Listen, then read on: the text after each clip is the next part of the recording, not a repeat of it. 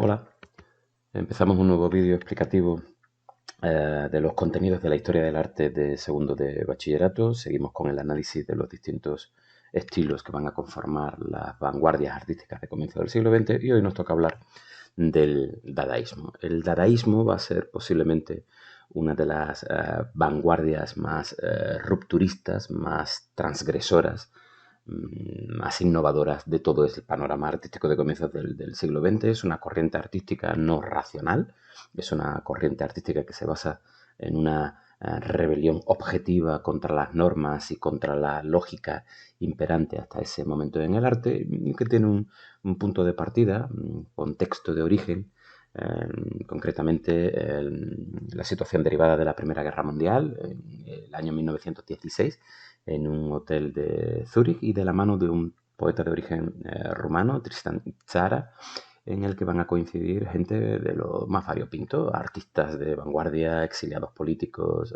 desertores, y que el azar va a hacer que usen la palabra dada, caballo de madera, como referente terminológico de lo que va a ser su quehacer artístico. Como he dicho, es el movimiento de ruptura posiblemente más radical del arte contemporáneo, entre otras cosas porque va a negar el valor del propio arte.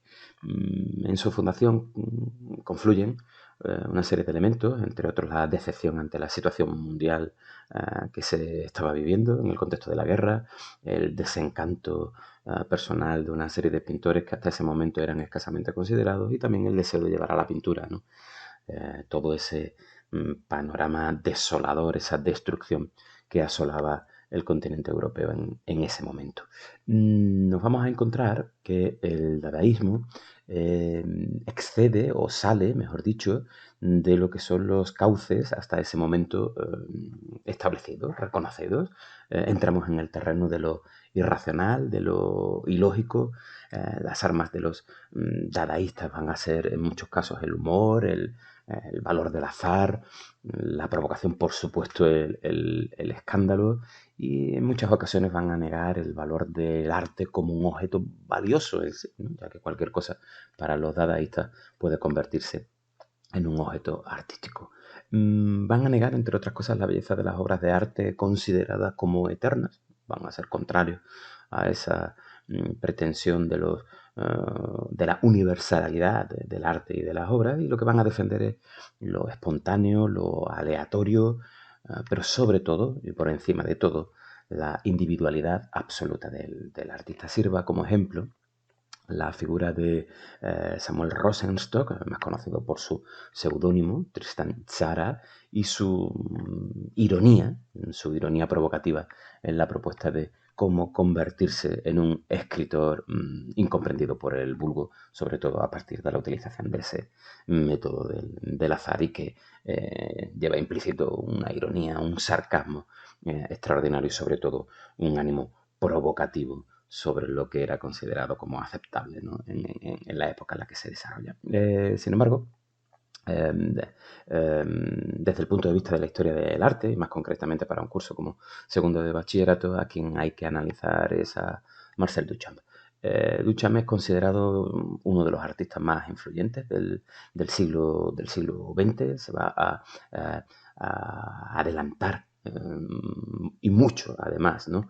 a, mm, a corrientes, a elementos, a estilos que va a concretarse a lo largo del siglo XX y que pueden encontrar en Duchamp un referente, un precursor, un elemento a partir del cual va a transitar el arte. Es un artista que se va a adelantar al arte conceptual, va a elevar el objeto cotidiano a la categoría de arte y va a cambiar radicalmente la idea de lo que es la belleza en el arte. En realidad es un personaje que se erige casi como un iconoclasta que va a convertir casi una broma, ¿no? en el dogma que hoy sigue pues la comunidad artística internacional, en muchísimos casos casi tan conservadora como a comienzos del siglo XX. Es un autor que va a ir evolucionando, impresionista a los 16 años, fobista a los 19, cubista a los 24 al final. Este artista, este iconoclasta, va a encontrar su voz como alternativa a todo, auténtica alternativa a todo en el dadaísmo, y va a manifestar a lo largo de toda su producción artística su libertad y una forma de reírse de todo y de todos, incluido él mismo como persona y como artista. Este movimiento, el dadaísmo, va a estar casi condenado a su autodestrucción, pues va a tratar por todos los medios y sobre todo a través, como digo, de la ironía, del absurdo y casi de la mala leche, si se me permite un poco la expresión, va a tratar de acabar con lo que ellos consideraban el arte narcotizado de las instituciones. Talento, preparación, tradición, a esos tres elementos los dadaístas van a decir ¿para qué? Duchamp y los dadaístas van a ser casi unos visionarios, ¿no? De considerar que la pintura en sí estaba casi muerta como disciplina artística, casi obsoleta, pudriéndose en los museos, mausoleos, y va a tratar de buscar una nueva belleza en lo coyuntural, en lo fugaz, en lo superficial, ¿no? Y va a ser un elemento muy importante dentro de la producción artística contemporánea. Va a ser ajedrecista, asesor de Peggy Guggenheim, como he dicho, precursor del arte conceptual, del arte pop, del situacionismo, de la posmodernidad al completo. Nunca va a abandonar el mundo del arte del todo, aunque es cierto que va a ir poco a poco repudiándolo a lo largo de su vida. Va a ser un señor pues, casi legendario por su particularísimo sentido del humor, hasta el punto de que en su propio epitafio, en su propia tumba, se puede leer, por otro lado, los que mueren son siempre los demás. En este contexto podemos entender cuál es la figura de Marcel Duchamp. Una de sus grandes aportaciones, a partir de 1913-1914, va a ser la creación de lo que se conoce como los ready-mades, esos objetos cotidianos que, separados de su entorno habitual y presentados por el artista en un contexto determinado, son concebidos como obra de arte. A partir de ese momento, a partir de entonces, el arte ya no se ve con los ojos, sino que se ve con la mente. Para Duchamp y para los dadaístas, la belleza podía estar en otros sitios de los que tradicionalmente había sido considerado como lugares de referencia. El propio artista en sus escritos defendía que era necesario desaprender a pintar y difunde sus teorías del ready-made, es decir, dar a conocer objetos encontrados, objetos corrientes y vulgares, y elevarlos a la categoría de los objetos artísticos por la propia voluntad del artista. Y en eso va a utilizar pues objetos cotidianos, botelleros, urinarios, chocolateras, etcétera, para descontextualizarlos y elevarlos, o tratar de elevarlos, a categoría de obra de arte. Duchamp va a crear su primer ready-made, esta que vemos en pantalla, la de rueda de bicicleta sobre un taburete de cocina, y que viene a ser ese objeto sacado de su contexto original, desfuncionalizado y convertido en arte. Es decir, en vez de ser un objeto creado por el artista, es el artista robando uno ya fabricado. El arte se convierte así en algo que reside básicamente en el espectador y que no tiene que poseer necesariamente las cualidades estéticas tradicionales. Es puro reciclaje y además, y esa es la principal aportación, es un nuevo concepto, eso sí, un concepto original, irreverente, y que sabotea pues deliberadamente lo que hasta entonces se conocía o se entendía por arte. Como es lógico, le van a caer en el momento unas críticas furibundas. Lógicamente era una idea que abría demasiadas puertas, pero que a la larga se ha convertido en la piedra angular del arte realizado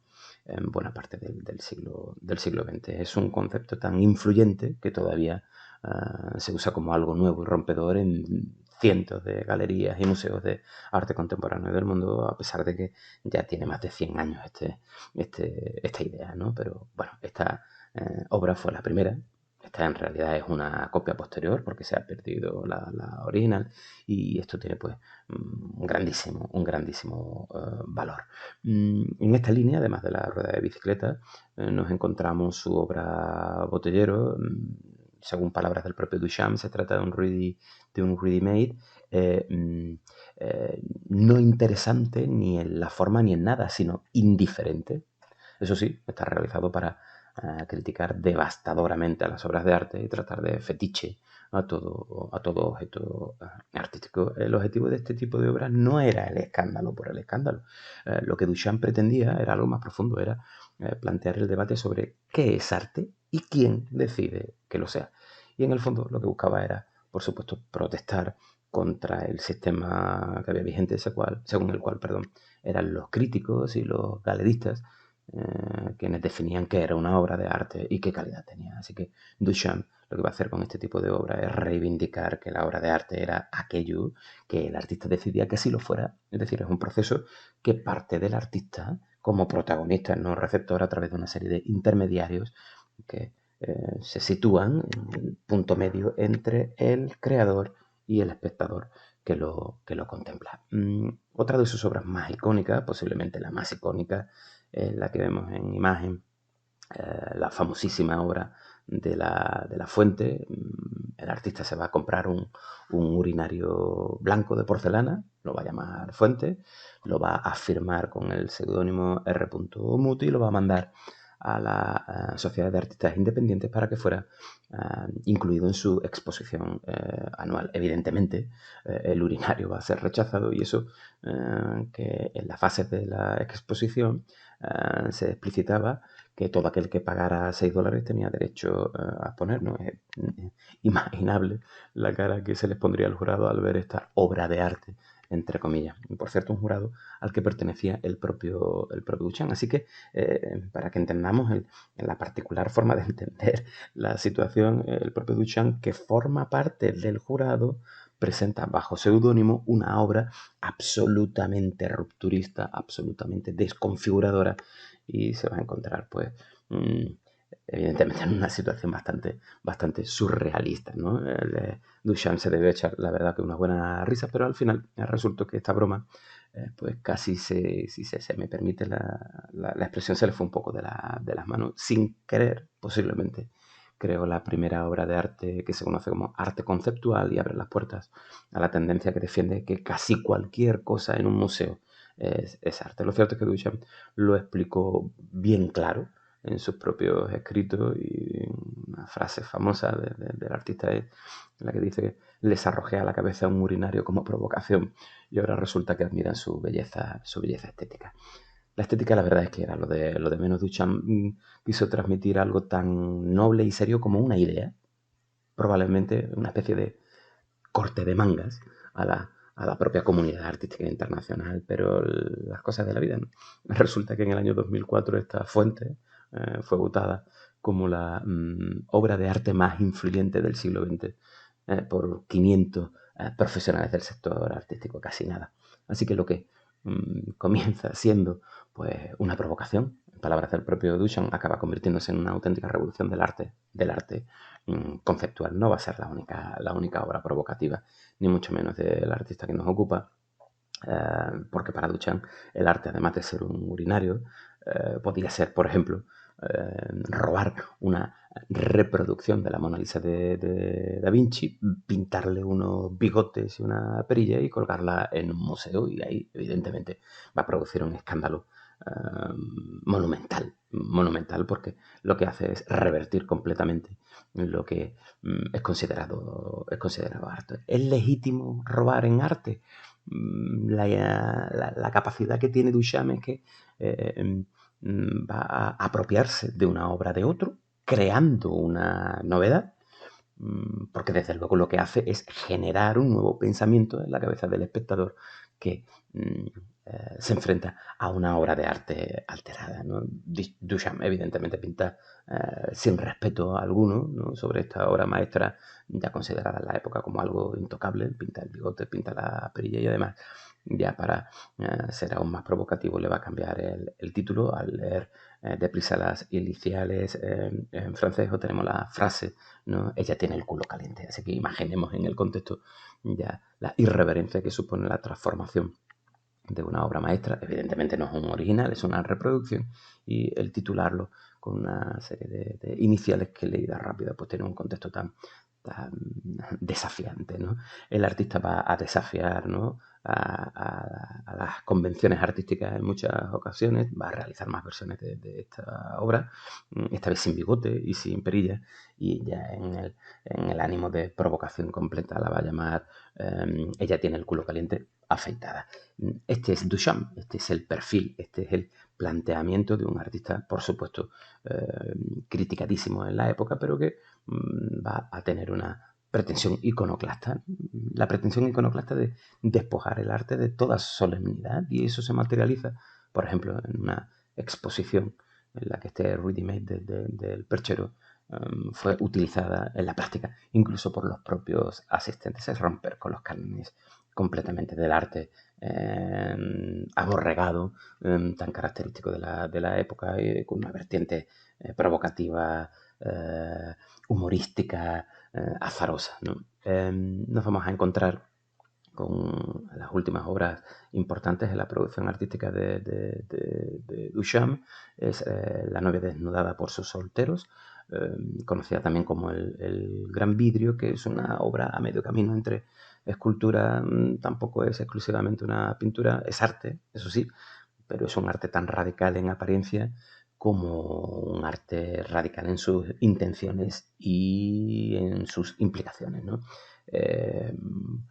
Una extraña obra, ¿no?, que puede verse desde los dos lados, el anverso y el reverso, y que siempre tiene un fondo distinto, un fondo cambiante. Nada más y nada menos que 8 años de su carrera le dedicó el artista a esta obra revolucionaria, o como decía él, a esta imagen hilarante. En un cristal, Duchamp fue situando poco a poco y muy conscientemente todo tipo de elementos, láminas de plomo, alambres de fusible, hasta el polvo que había en su estudio y se iba pegando al cristal, todo ello mezclado al azar. Ya hemos comentado que es una herramienta dadaísta por antonomasia, pero también tras complejos estudios de perspectiva, de geometría, de matemáticas y sobre todo un laborioso trabajo artesanal. Así, el Gran Vidrio fue construyéndose paso a paso, pero nunca llegaba a estar acabado, hasta que en un traslado se va a romper.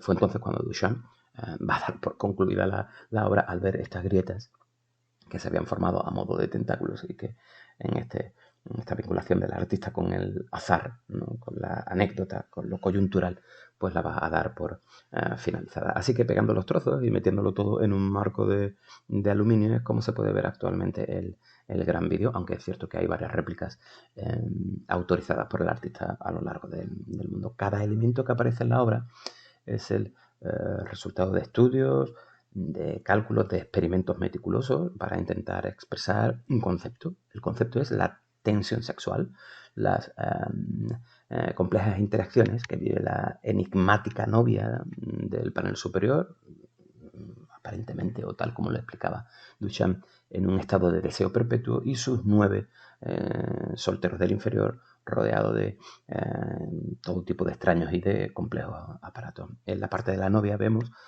que ella tiene una forma casi de insecto y que está pegado a un elemento nuboso.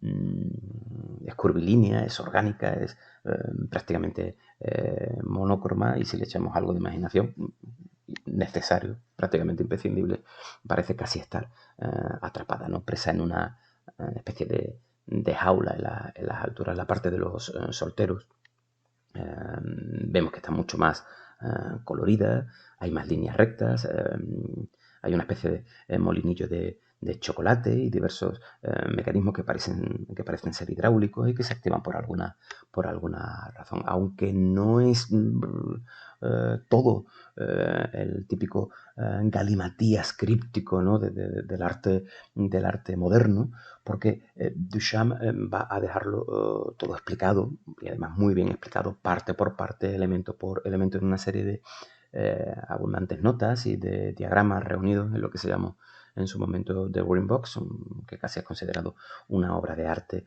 en sí misma, y que lo que hace es explicar el significado profundo de la obra. El Gran Vidrio es una de esas obras extraordinariamente complejas como para poner a todo el mundo de acuerdo, aunque la mayoría de la gente ve, la mayoría de los especialistas ven en la pieza una exploración del deseo masculino y femenino, ¿no?